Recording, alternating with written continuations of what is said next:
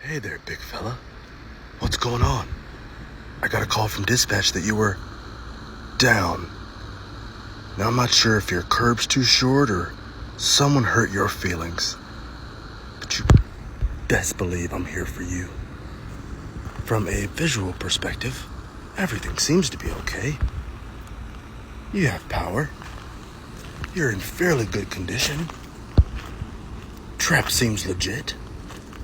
What's going on? Let's see here. Oh. Biscuits. No power to your display. Why is that? No. Shh. Well, who would have done that to you? It's hot. Big fella like you'd think you'd be needed. Wow. LEDs? Power to your board here? That's it. That's what was wrong. But why? Why?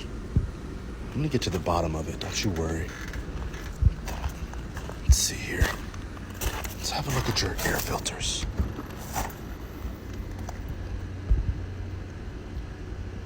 Son of a biscuit. Look at that. Brand new air filters with today's date. Should have known. Maintenance guy strikes again. You weren't down. You were in an induced coma. That's what was wrong. It's okay. I'm here. Don't you worry about a damn thing. I'm gonna find him. But that's it, bud. Till we meet again.